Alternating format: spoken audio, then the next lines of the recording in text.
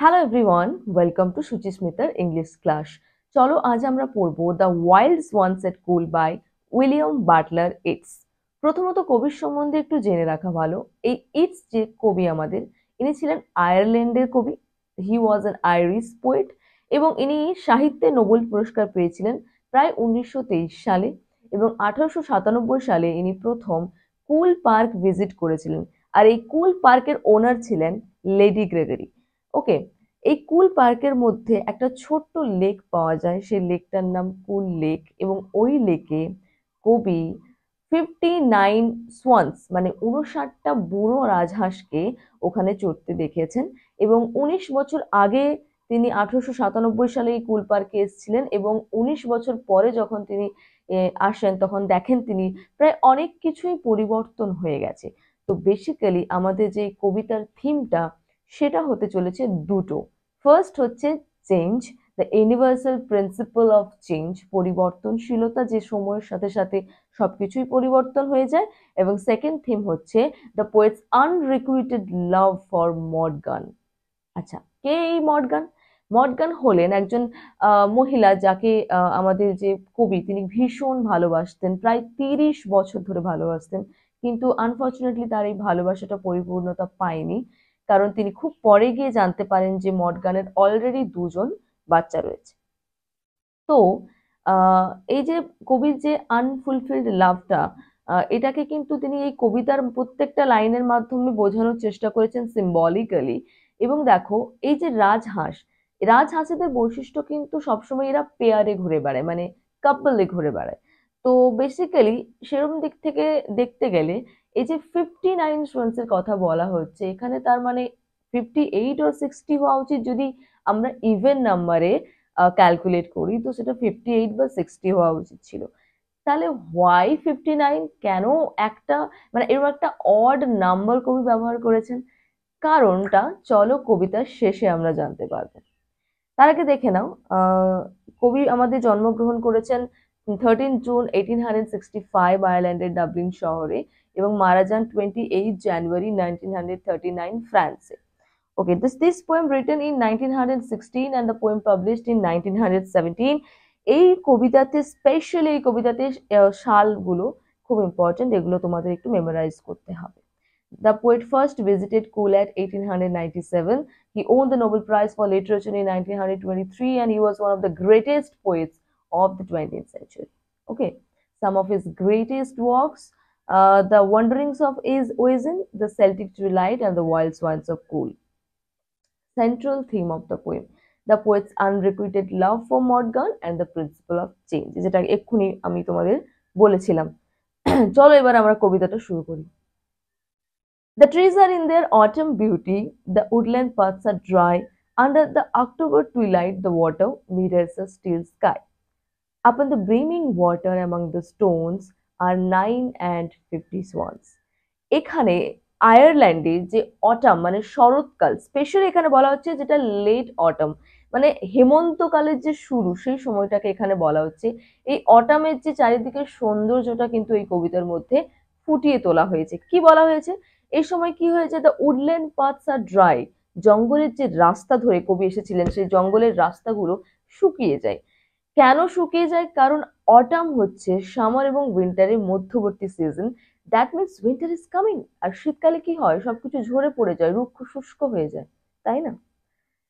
Under the October twilight the water upon the under the October twilight the water mirrors a still sky. বলেছেন যে October মাসটা কিন্তু শরৎকাল, আমরা জানি, মানে সেপ্টেম্বর অক্টোবর নভেম্বর মিলে কিন্তু শরৎকাল হয়। তো ওই অক্টোবর মাসের শরৎকালে যে টুইলাইট, টুইলাইট মানে হচ্ছে সানরাইজ আর সানসেটের ঠিক আগের যে ক্ষীণ আলোটা, মানে ভোরের যে ক্ষীণ আলোটা আর সূর্যাস্তের পর গোধূলিতে যে ক্ষীণ আলোটা, ওটাকে আমরা টুইলাইট বলে থাকি। তো কি বলছে না, ওই জলটা টুইলাইটে ওরকম গোধূলির আলোতে পুরো জলটাতে যে কাম ক্লিয়ার যে আমাদের আকাশটা, শান্ত আকাশের একটা প্রতিচ্ছবি কিন্তু ওই জলের মধ্যে পাওয়া যাচ্ছে। Upon the brimming water among the stones are 9 and 50 swans. Brimming means হচ্ছে overflowing, মানে যে কুল লেকটা ছিল ওতে একেবারে জল কানায় কানায় পূর্ণ ছিল এবং ওই জলের ওপর কিছু স্টোনস এর ওপর কিন্তু আমাদের 59টি বুনো রাজহাঁস কিন্তু তারা খেলা করছিল। Autumn is the season between summer and winter. In this time, the leaves turn yellow and the parts of forest becomes dry, which symbolizes something is coming to an end. এই যে উডল্যান্ড পার্টস আর dry বা ধরো বলছেন এই সব কিছুর দ্বারা কি বোঝানো হচ্ছে যে কিছু একটা শেষ হতে চলেছে। ওকে, autumn consists of September, October, and November. While walking through the dry forest in the twilight, he noticed that the calm sky is reflected in the water. He again stated that upon the overflowing water of the lake, there were 59 swans. কতগুলো swans ছিল? প্রায় 59টা, প্রায় নয়, exactly 59টা swans ছিল। ওকে, next স্ট্যান্জা দেখো। The 19th autumn has come upon me since I first made my count. I saw before I had well finished all suddenly mount and scatter, wheeling in great broken rings upon their clamorous wings. কি বলছে? The 19th autumn has come upon me. মানে 19টা শরৎকাল কিন্তু পেরিয়ে গেছে। এখানে 19টা শরৎকাল পেরিয়ে গেছে মানে কবি বলতে চেয়েছেন তার জীবনের 19টা বছর কিন্তু প্রায় অতিক্রান্ত। এবং যখন তিনি প্রথম এখানে এসেছিলেন মানে ওই 1897 সালে যখন প্রথম এসেছিলেন তার 19 বছর পর তিনি সেকেন্ড টাইম ভিজিট করছেন। And I saw before I had well finished all suddenly Mount, মানে তিনি ওই বুনো রাজহাঁসগুলোকে যখন গুনছিলেন তার গোনা শেষ হওয়ার আগে কিন্তু ওই হাঁসগুলো আকাশে উড়ে চলে গিয়েছিল। মাউন্ট মানে কিন্তু ফ্লাই বা fly away. Already 19 years have passed since the poet came to the cool lake and started his count, and before he could finish his count, they flew up in the sky and spread out. কবি তাদেরকে সম্পূর্ণ গোনার আগে তারা আকাশে উড়ে গিয়েছিল। and কিভাবে উড়ছিল? Like broken rings, broken rings, like not completely ring, it's like a broken ring. Okay, upon the ক্ল্যামারাস wings, এবং তাদের যে ডানাগুলোকে বলা হচ্ছে নয়েজি উইংস। ডানাগুলো কি কখনো নয়েজি হতে পারে? হতে পারে না। রাদার ওই যে ডানাগুলো যখন তারা ফ্লাটার করে আকাশে উঠছিল না তখন সেই ফ্লাটারিং উইংস থেকে একটা সাউন্ড প্রডিউস হয়, তাই ওই উইংস গুলোকে বলা হচ্ছে ক্ল্যামারাস উইংস বা noisy wings. I have looked upon those brilliant creatures and now my heart is sore. All has changed since I hearing at twilight the first time on this shore. The bell beat of their wings above my head trod with a lighter tread. কি বলছে? কবি যখন প্রথমবার এই কুল পার্কে এসেছিলেন আর এখন যখন 19 বছর পর আসছেন সবকিছুটা কেমন একটা চেঞ্জ হয়ে গেছে। কেন চেঞ্জ হয়ে গেছে? কি কি পরিবর্তন ঘটেছে? এবং সেই পরিবর্তনের জন্য কবি কিন্তু খুব দুঃখিত, তার মনটা খুব ভারাক্রান্ত। কেন? দুটো কারণ রয়েছে। প্রথমত তো তার মর্গানের প্রতি যে ভালোবাসা সেটা অ্যাকসেপ্ট করেননি মর্গান, তার লাভটা আনফুলফিলড থেকে গেছে, তাই তিনি খুবই একা, সেই জন্য তার একটা মন ভারাক্রান্ত। এবং সেকেন্ড রিজনটা হয়েছে ঠিক ওই সময় আইরিশ ন্যাশনাল মুভমেন্ট চলছিল এবং রাজনৈতিক পরিস্থিতিটা খুবই উত্থাল পাতাল ছিল এবং এই রাজনৈতিক অস্থিরতার জন্য তার মনটা খুবই ভারাক্রান্ত ছিল।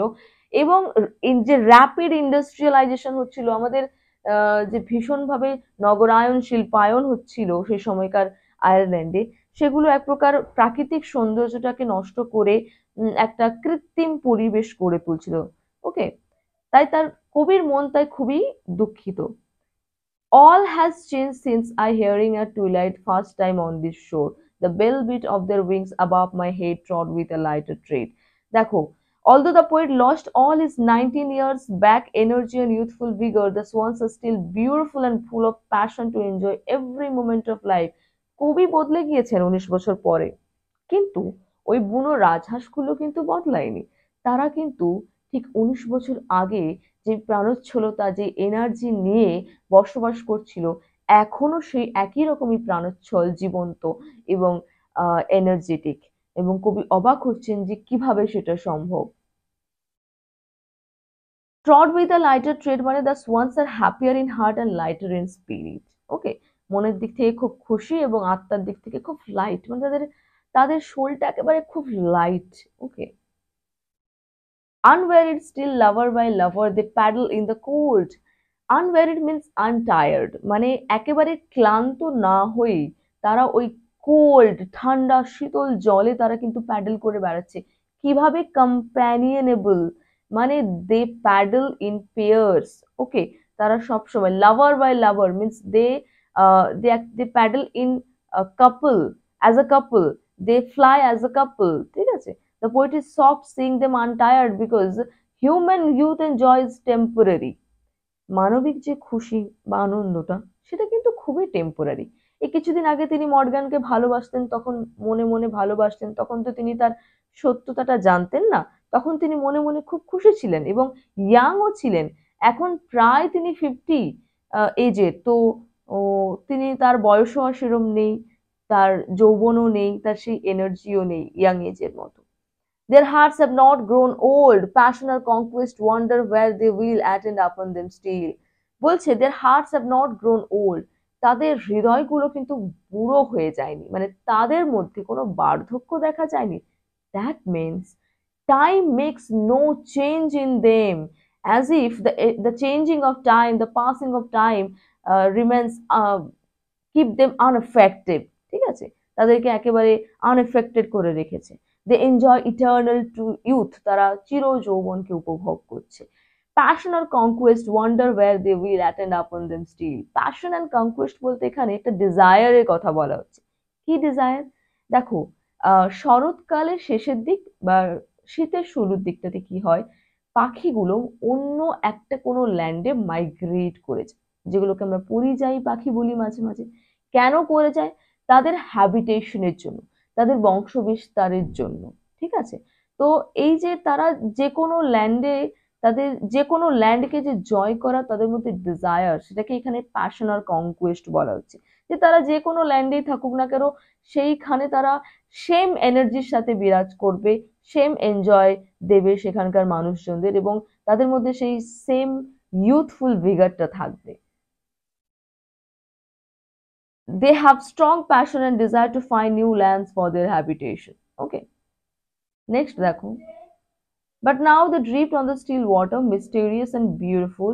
Among what rushes will they build, by what lake's edge or pool? Delight means eyes when I awake someday to find they have flown away.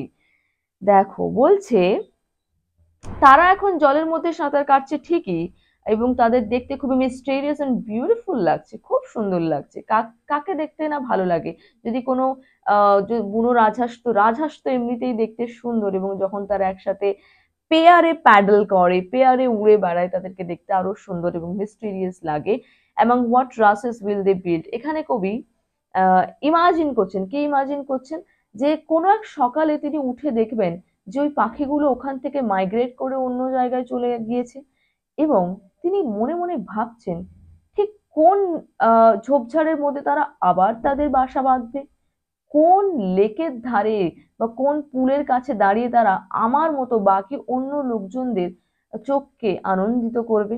তিনি খুব বিস্মিত, তিনি অবাক হয়ে যাচ্ছেন, এবং তিনি বলছেন, মানে এখানে একটা নোট অফ পেসিমিজম দেখা যাচ্ছে, মানে কবি খুব স্যাড এবং একটা নিরাশাবাদী মনোভাব নিয়ে বলছেন যে একদিন আমি সকালে উঠে দেখবো তারা চলে গিয়েছে, এখানে আর থাকবে না, তারা অন্য কোথাও গিয়ে অন্য মানুষজনদেরকে আনন্দ দেবে। That means for human beings enjoyment, youth are quite temporary. Okay, they are not eternal.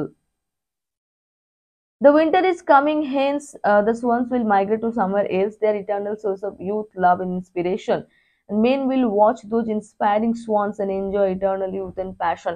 মানুষজনদের কিন্তু ওই যে রাজহাঁসগুলো, তাদের কিন্তু দেখে শিক্ষা নেওয়া উচিত। কি শিক্ষা নেওয়া উচিত? তাদের থেকে ইন্সপায়ার্ড হওয়া উচিত, যে কিভাবে বয়স হওয়া সত্ত্বেও নিজের মনটাকে ইয়াং রাখা যায়, কিভাবে ইউথটাকে মেনটেন করা যায়, শরীরের বয়স বাড়লেও মনের বয়সটাকে কিভাবে একই রাখা যায়। Okay, here the departure of the swans also symbolizes the upcoming death of the poet.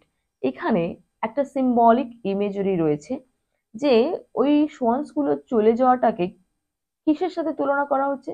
The upcoming death of the poet. Next দেখো, why 59 swans? This is most important in this entire poem. কেন 59 swans বলেছেন তিনি? পেয়ারে যদি বুনো রাজহাঁস ঘুরতে থাকে, তারা যদি সারা লাইফই একজনের সাথে বা পেয়ারে কাটিয়ে দেয়, তাহলে কেন কবি 59টা বুনো রাজহাঁসের কথা বলেছেন? 59 is an odd number. The swans always live with their partners. They pattern and fly in couple. Hence, the numbers should be even like 58 and 60. যেটা আগে বলেছিলাম 58 বা 60 হওয়া উচিত ছিল, বাট হয়নি। 59 কেন? Here the poet uses the number 59 to suggest that one swan is single. একটা কিন্তু বুনো রাজহাঁস সিঙ্গেল রয়েছে, হয় তার বিলাভেড তাকে ছেড়ে চলে গিয়েছে, নয় তিনি তাকে হারিয়ে ফেলেছেন বা তার মন জয় করতে পারেনি সে, বা সে হচ্ছে একা থেকে গেছে। Okay, he has no partner, no lover. The poet compares this one swan with him. এই একটা সোয়ান যে একাকিত্বে ভুগছে তার সাথে কবি নিজের তুলনা করেছেন। লাইক তিনিও তো একা, কারণ মর্গান কিন্তু তার ভালোবাসাকে অ্যাকসেপ্ট করেনি, তাই তিনিও একা থেকে গেছেন প্রায় 30 বছর ভালোবাসার পরও। এখন আর তার 50 ইয়ার্স অফ এজে যখন তিনি এসে পৌঁছেছেন, তার ভালোবাসার কমপ্লিট হওয়ার কোনো চান্সই নেই। তো he has no partner, his love is not fulfilled. তাই 59 সোয়ান্স কিন্তু এখানে ভীষণ ইম্পর্টেন্ট। আরেকটা জিনিস ইম্পর্টেন্ট দেখো, এখানে প্রথমে যে স্ট্যান্ডে রয়েছে এখানে বলা আছে আর 9 and 50 swans। দেখো 9 and 50 swans মানে 950 swans কিন্তু নয়, এটাকে উল্টো করে অলংকার দেওয়ার জন্য বলা হয়েছে 59 swans, Matlab that means 50 and 9 swans। তো ওটাকে রিভার্সলি বলা হয়েছে 9 and 50 swans, not 590 swans, not at all. Okay, তো এখানে তোমাদের কবিতাটা শেষ হয়ে গেল। আশা করি কবিতাটা বুঝতে পেরেছো। তোমাদের বাংলায় সুন্দর ইন্টারপ্রিটেশন করে বলে দিলাম। আর যদি এইরকম ভালোভাবে বুঝে টেক্সটটাকে তোমরা পড়তে পারো, তাহলে এমসিকিউ কোয়েশ্চেন খুব ইজিলি কভার করতে পারবে। এছাড়াও যদি খুব ভালোভাবে প্রিপারেশন নিতে চাও SLST 910 ইংলিশ, তাহলে আমার চ্যানেল জয়েন করতে পারো এবং কোর্সে এনরোল করাতে পারো নিজেদেরকে। তার জন্য কি করতে হবে, স্ক্রিনে দেওয়া হোয়াটসঅ্যাপ নাম্বার 93395670, এই নাম্বারে হোয়াটসঅ্যাপ করতে হবে সামান্য কিছু চার্জেসের এগেনস্টে। আমি এখানে তোমাদের 19 পুরো ইংলিশ সিলেবাসটাকে কভার করিয়ে দেবো with MCQ and mock test. তাহলে তাড়াতাড়ি মেসেজ করো এবং এনরোল হয়ে যাও কোর্সে। ভিডিও ভালো থাকলে লাইক, শেয়ার এন্ড সাবস্ক্রাইব করে দিও, ফ্রেন্ডসদের সাথে শেয়ার করে দিও। ওকে, বাই, দেখা হবে পরের ভিডিওতে।